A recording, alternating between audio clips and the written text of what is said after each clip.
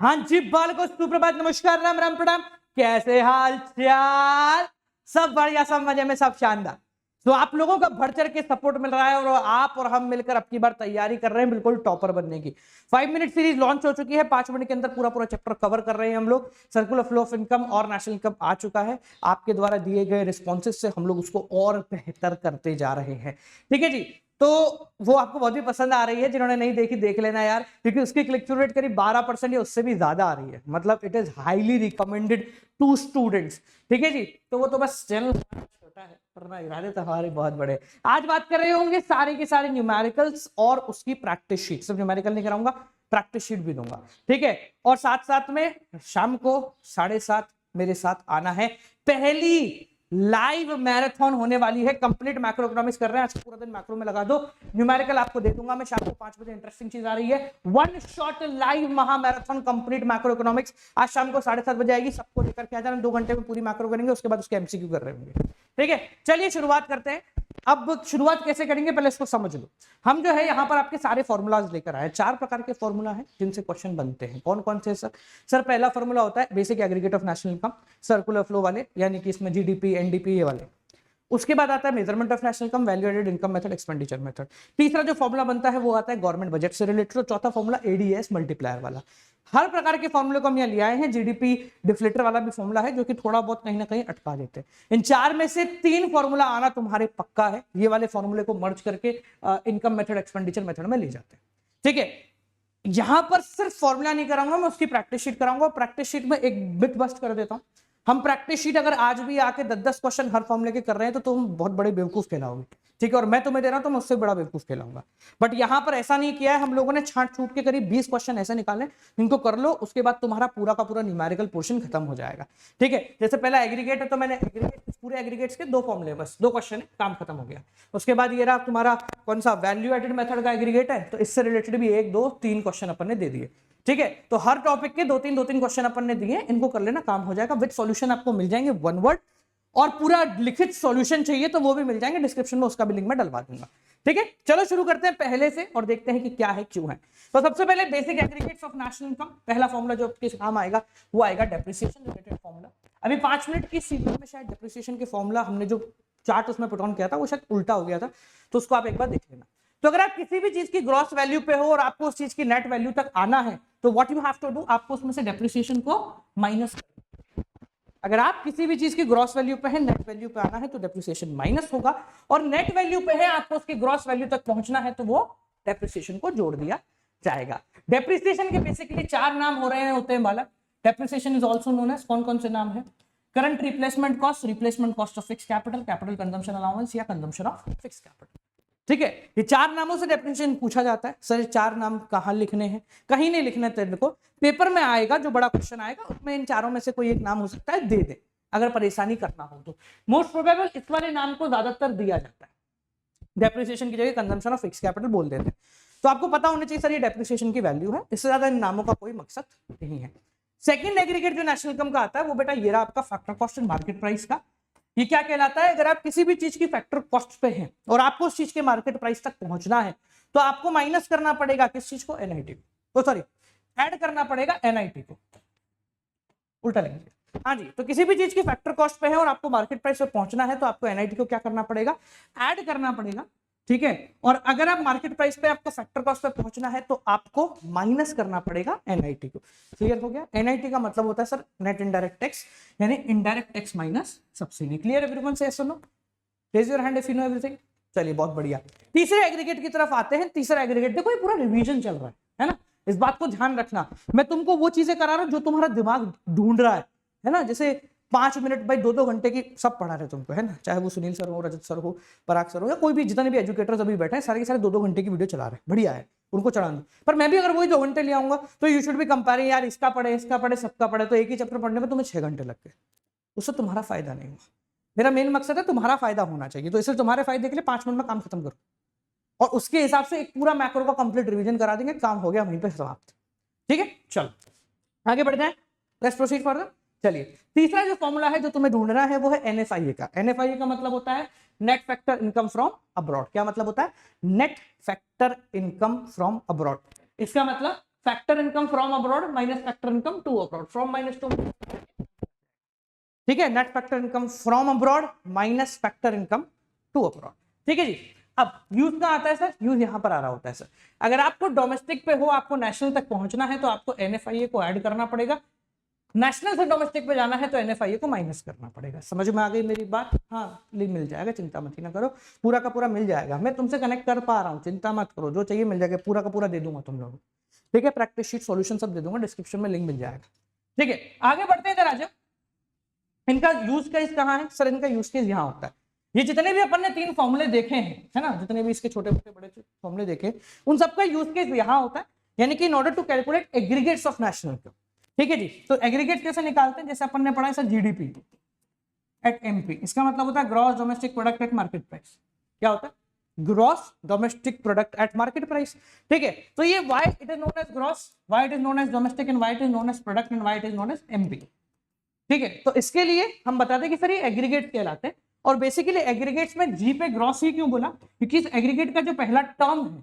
वो या तो ग्रॉस पे आती है या नेट पे आती है, और हमारे को बहुत ईज में क्लियर है कि सर ग्रॉस से नेट तक कैसे पहुंचते, ठीक है। तो हमने जो ये बेसिक एग्रीगेट पढ़े ना, इनकी मदद से हम ग्रॉस से नेट पर पहुंच सकते हैं, जीडीपी को एनडीपी में कन्वर्ट कर सकते हैं, माइनस डेप्रिसिएशन कर माइनस डेप्रिसिएशन करके, ठीक है। जो दूसरा एग्रीगेट है सर, उस पर 2 जगह है, जैसे डी लिखा हुआ वैसे डी हो सकता है या एन हो सकता है, डी पे आता है सर डोमेस्टिक, एन पे आता है सर नेशनल, डोमेस्टिक से नेशनल के लिए ये अपना एग्रीगेट जो काम आएगा, ठीक है। तो जीडीपी से जीएनपी तक भी आप आ सकते हो, कैसे, इसका इस्तेमाल करके। तीसरी और अंतिम चीज आती है, ये प्रोडक्ट तो फिक्स है, इस पर दिमाग मत लगाना, ये P it's always product every single time.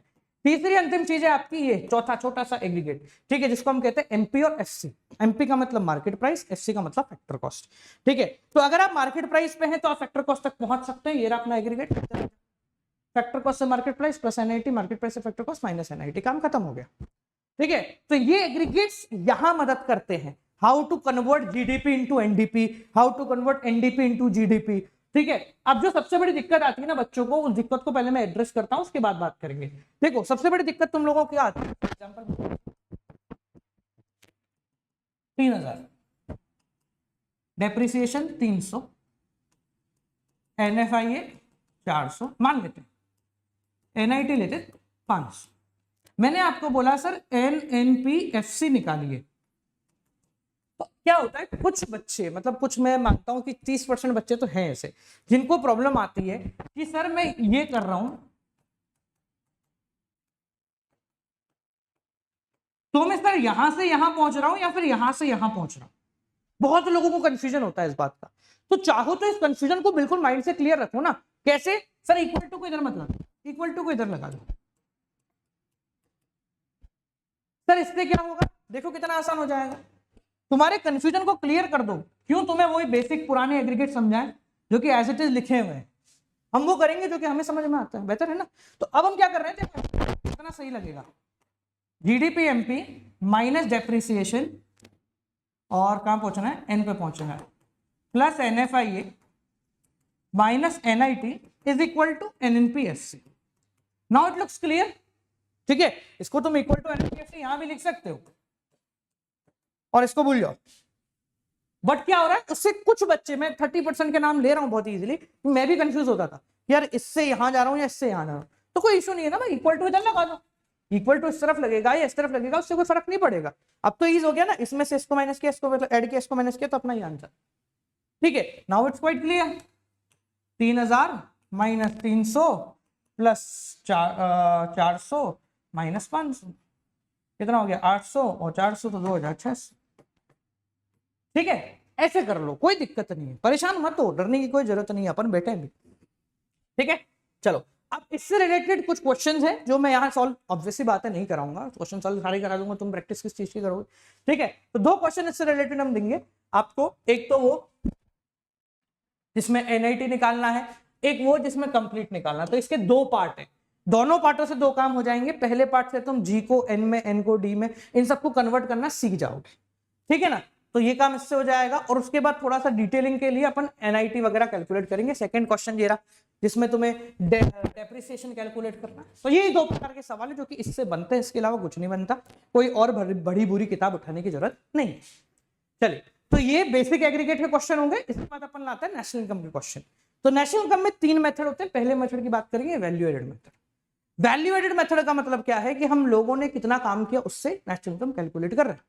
मतलब 10 रुपए में आपने खरीदा, 13 में बाजार में बेच दिया। क्या बोला? 10 में आपने खरीदा, 13 में बाजार में बेच दिया, तो बीच का 3 रुपए होगा वो आपका वैल्यू एडेड होगा। तो इधर आ जाइए, value added equal to value of output minus intermediate consumption. Simple बात है, sales price minus cost price. Value added मतलब प्रॉफिट ऑफ योर्स, आपका प्रॉफिट। ठीक है, अगर वैल्यू ऑफ आउटपुट क्वेश्चन में देखने को नहीं मिलता, देखो मिल जाएगा तो अच्छी बात, ये सिंपल है। खाना बना बनाया मिल गया तो मेहनत करके सब्जियां नहीं लाएगा। हम सब्जियां क्यों लाते हैं? क्योंकि हमें खाना बना बनाया नहीं मिल रहा। ठीक है, गाजर कल आपको मिल गया, खा लोगे ना चुपचाप, ये तो नहीं बोलोगे नहीं साहब ये नहीं खाऊंगा। मैं बाजार जाऊंगा, गाजर लाऊंगा, उसको उबालूंगा, उसको काटूंगा, उसको जो भी कुछ करते, कोई कुकर में बनाता है, कोई कढ़ाई में बनाता है, उसमें दूध चीनी जो भी डालना डाल डूल के फिर बना के सेम हलवा खाऊंगा, नहीं करोगे। तो अगर क्वेश्चन में तुम्हें डायरेक्टली वैल्यू ऑफ आउटपुट मिल गया है तो why it is a need कि हम कुछ और दिमाग लगाएं।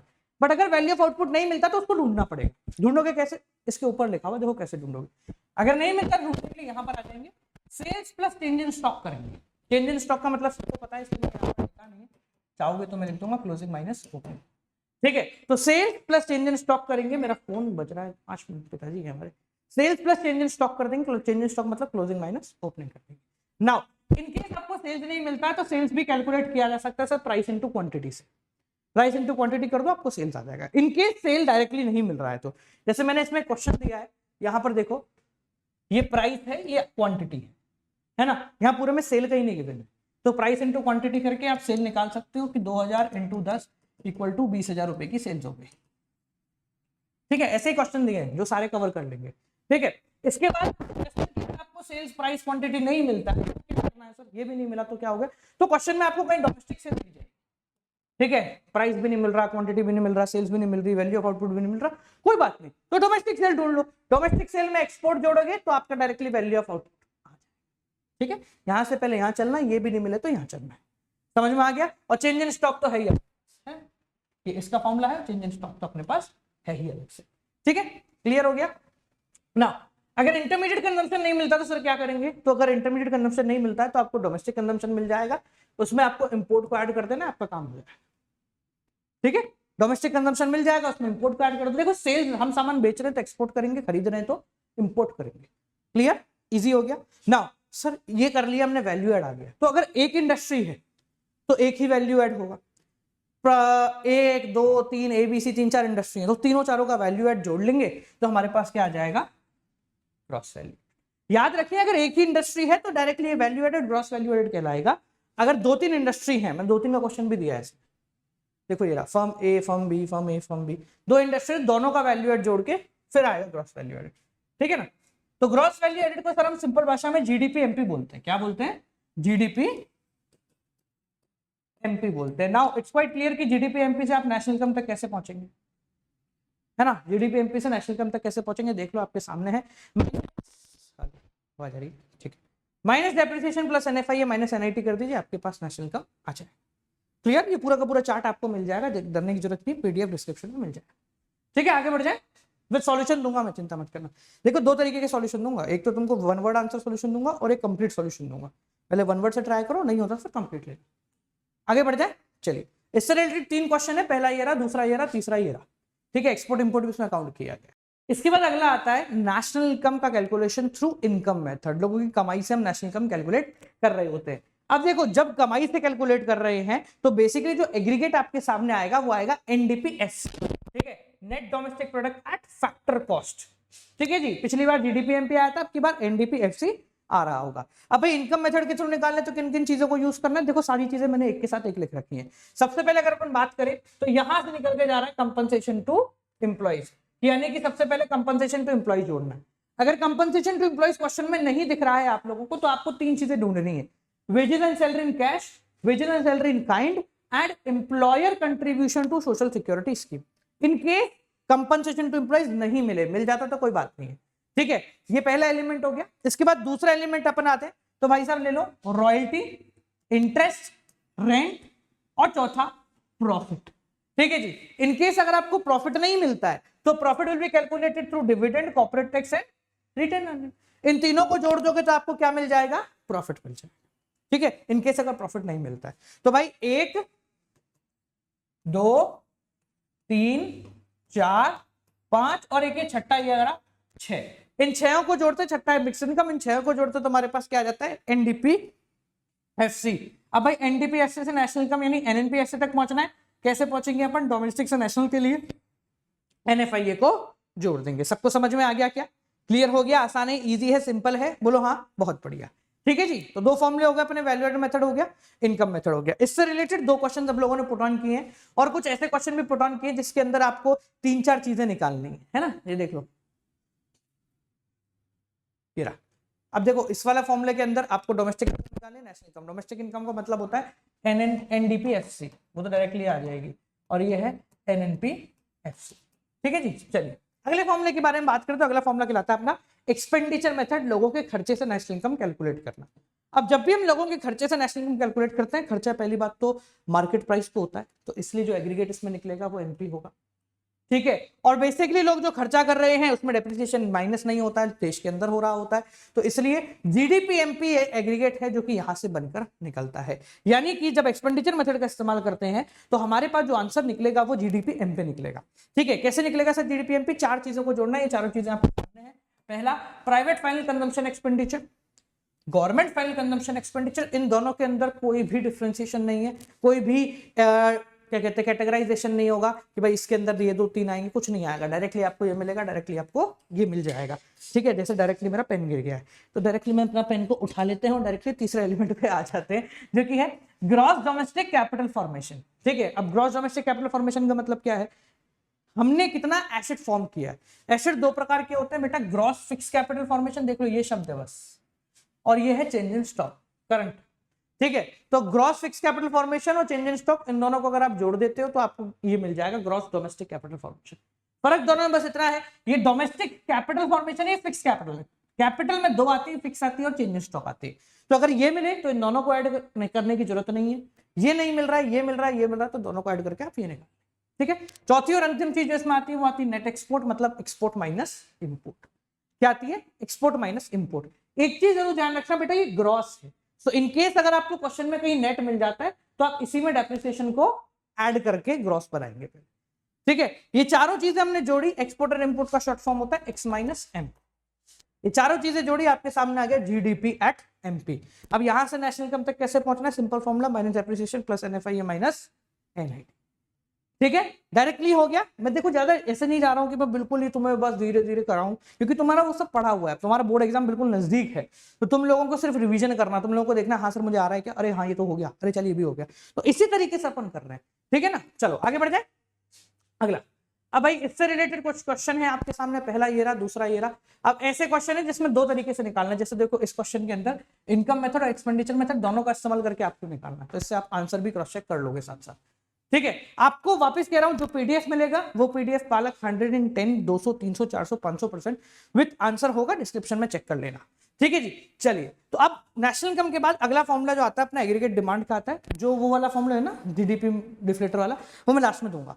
ठीक है, तो नेशनल इनकम में इतने ही फॉर्मूले हैं, इसके अलावा दूसरा चैप्टर आता है एग्रीगेट डिमांड। तो एग्रीगेट डिमांड में बेसिक बेसिक फॉर्मूले हैं। ये भैया हमारा लाइन जो है वो टेढ़ी हो गई है, आपको फाइनल पीपीटी मिलेगी शानदार वाली, है ना, ये 1-2 छोटी मोटी तुझ पुछ है, ये हम सुधार देंगे जब तक। ठीक है, इसलिए हो सकता है वीडियो 12 की जगह 12:30 हो जाए। सबसे पहले बात करते हैं भैया कौन कौन से फॉर्मूले काम आएंगे, तो सबसे पहले जो फॉर्मूला काम आएगा सब ये रहा, एमपीसी, एमपीएस, एपीसी, एपीएस। देखो सबसे पहले बात करते हैं APC, average propensity to consume, इसका जो फॉर्मूला इस्तेमाल में होगा वो है C/Y, यानी कंजम्पशन अपॉन इनकम। दूसरा होता है एपीएस, जिसका फॉर्मूला आपके सामने ऐसे निकल कर आ जाएगा, दैट इज S/Y, यानी कि सेविंग अपॉन इनकम। कमाल की बात यह है कि इन दोनों को जैसे आप जोड़ोगे वैसे आपका आंसर कितना आना चाहिए, 1 आना चाहिए। बहुत बढ़िया। इसी से मिलता जुलता एक और फॉर्मूला आता है एमपीसी और एमपीएस। ये नॉर्मल कंजम्पशन या सेविंग अपॉन इनकम है, ये change in saving, change in consumption है।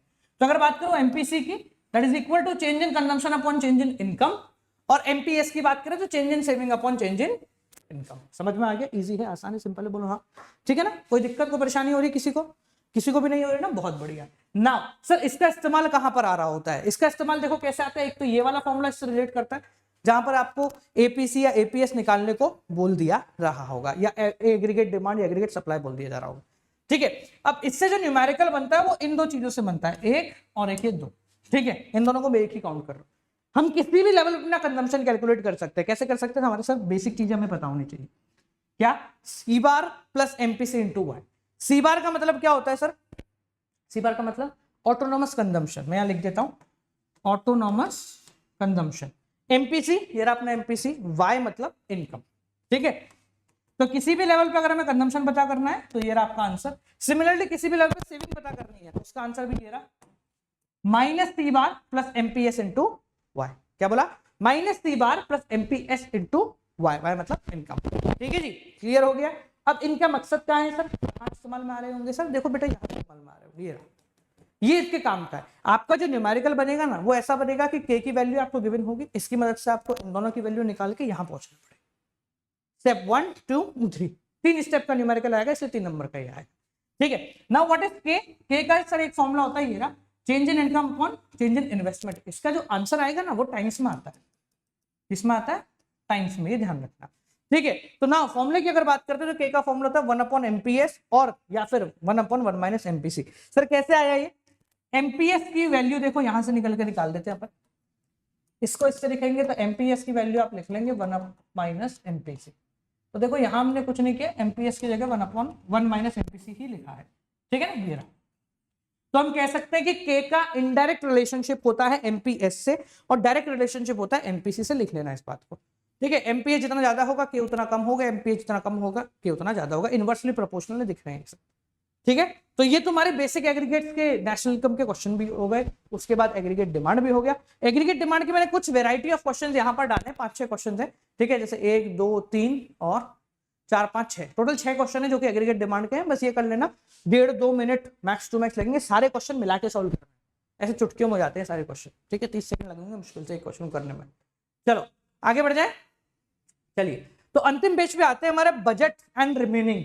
तो भाई बजट से रिलेटेड क्वेश्चन बड़े ज्यादा पूछे जाते हैं और बाकी जो छोटे मोटे अपने जैसे ये जीडीपी डिफ्लेटर ये वाला आपसे पूछ लेते हैं। तो सबसे पहले जीडीपी डिफ्लेटर पढ़ते हैं फिर बजट पे आएंगे। तो जीडीपी डिफ्लेटर का मतलब क्या होता है, जीडीपी कितना फ्लक्चुएट हुआ है due to change in price, ठीक है। तो इसका उत्तर होता है nominal GDP upon real into 100। Sir question कैसा आएगा, देख बेटा बिल्कुल ऐसा आएगा क्वेश्चन, ये रहा ऊपर पहला ये नहीं ये एक ही लाइन क्या है, जीडीपी तुमको रियल दे रखी है, नॉमिनल दे रखी है, प्राइस इंडेक्स कैलकुलेट करना है, खत्म किससे, ठीक है। नॉमिनल रियल दे रखी है, प्राइस इंडेक्स कैलकुलेट कर लो, इनटू 100 करो, काम खत्म हो गया, ठीक है। इस तरीके का क्वेश्चन आएगा, 1 नंबर 2 नंबर का। अब बात करते हैं बजट की। तो सबसे पहले बजट में बात करते हैं डेफिसिट कौन कौन से होता है। 3 प्रकार के डेफिसिट सर आपके क्वेश्चन पूछे जाएंगे, 4 नहीं 3, हाँ। पहला होगा रेवेन्यू, दूसरा होगा फिस्कल, तीसरा होगा प्राइमरी, ठीक है। अगर बात करें सबसे पहले revenue deficit, sir revenue deficit का मतलब क्या होता है, total expenditure minus total receipt. Question में टोटल एक्सपेंडिचर होगा, टोटल रेसिप्ट होगा, माइनस कर देंगे, रेवेन्यू डेफिसिट आ जाएगा। ये बताता है कि सरकार अपने डे टू डे एक्टिविटीज को फाइनेंस करने में सक्षम नहीं है। दूसरा होता है sir fiscal deficit. Fiscal deficit का फॉर्मूला क्या होता है sir, total expenditure minus total receipt excluding borrowing, ठीक है। मतलब सिंपल भाषा में अगर आपको क्वेश्चन में कहीं टोटल एक्सपेंडिचर मिल जाए और टोटल रेसिप्ट मिल जाए तो आप दोनों को माइनस कर लो, बोरिंग जो होगी वो भी आपको हटा दीजिए, तो वो बेसिकली बोरिंग के बराबर ही आता है। और क्वेश्चन में अगर आपको टोटल रेसिप्ट ना मिले, टोटल एक्सपेंडिचर मिल जाए, कुछ भी मिल जाए, तो बेसिकली फिस्कल डेफिसिट को दूसरी भाषा में बोरिंग ही कहते हैं। क्योंकि देखो बजट हमेशा अपना बैलेंस ही होगा, budget will always be balance. Budget को बैलेंस करने के लिए बोरिंग ली जाती है, तो जो डिफरेंस है ना वो बोरिंग ही होता है। Fiscal deficit is equal to total borrowing requirement ही होता है। तो क्वेश्चन में अगर आपको बोरिंग मिल जाती है तो उसको फिस्कल डेफिसिट के बराबर कर दो, देखने सोचने समझने की कोई जरूरत नहीं, ठीक है। नहीं मिलती जस्ट इन केस तो फिर आपको total expenditure minus total receipt करना। अगर इन दोनों के बीच में डिफरेंस है तो भाई साहब तुम्हारा आंसर वही है, ठीक है जी। तीसरा आता है अंतिम वाला प्राइमरी डेफिसिट। प्राइमरी डेफिसिट का मतलब boring minus interest payment of previous year, boring minus interest payment of previous year, पिछले साल के इंटरेस्ट पेमेंट माइनस कर दो, फिस्कल डेफिसिट में से आपका उत्तर जो है आ रहा होगा। समझ में आ गया, क्लियर है। अब सर इनमें से जीरो कौन सा हो सकता है, देखो ये जीरो हो सकता है, it could be A case.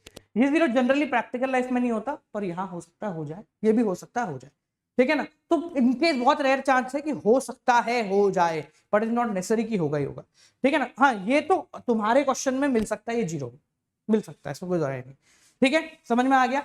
इससे रिलेटेड भी कुछ क्वेश्चन हमने सामने दिए हैं, प्राइमरी डेफिसिट, रेवेन्यू डेफिसिट, ठीक है। Primary deficit, revenue deficit, revenue deficit का आंसर है तो परसेंटेज में पिछली बार पूछा गया था बोर्ड एग्जाम में, तो उसी से रिलेटेड एक क्वेश्चन हमने जनरेट करा है। ये कर लेना, बोर्ड एग्जाम में यही आएगा तुम लोगों के, तो भागने की जरूरत मत पहले, ठीक है। बस खत्म, कितना आसानी से हो गया है ना। तो तुम्हारा रिवाइज हो चुका है, वापस आके चाहो तो रिवाइज कर लेना। शाम को 7:30 बजे लाइव मिल रहे होंगे, उससे पहले 5 बजे मजा आने वाला है आज 5 बजे, ठीक है। आप लोगों के लिए एक बहुत बड़ा अनाउंसमेंट मैं करने जा रहा हूँ कल 5 मिनट सीरीज का अनाउंसमेंट हुआ, आपका बहुत ज्यादा प्रेम मिला, 12% का क्लिक थ्रू रेट, मतलब इट्स लाइक कि अगर हम 5 लाख 10 लाख 20 लाख वाले चैनल पे 30 लाख वाले चैनल पे कर रहे होते इसको, तो इट वुड बी लाइक, हाँ मतलब भाड़ चुका होगा यार ये तो। चलो चलिए कोई बात, चैनल भले ही हमारा छोटा है, इरादे हमारे बड़े हैं, तुम्हें जिताना है इसलिए हम यहाँ खड़े हैं। मिलते हैं आप लोगों से अगली वीडियो के साथ शाम को 5 बजे, और 1:30 बजे आप लोगों का वो 5 मिनट सीरीज तो चल रही है, तो उसमें आ जाना और देखो सबको, सबकी सीक्वेंस बना लो, पेपर से पहले 2-3-4 बार रिवाइज कर लेना, उनसे काम हो जाएगा, 2-2 घंटे की जगह ऐसे कर लो, काम हो जाएगा बढ़िया। ठीक है, चलो मिलते हैं आप लोगों से अगली वीडियो के साथ, कोई दिक्कत कोई परेशानी हो जरूर बताएं, till then keep on watching. इसके बाद 7:30 बजे मिलेंगे, है ना, लाइव 7:30 मिलेंगे। चलिए कीप ऑन वॉचिंग।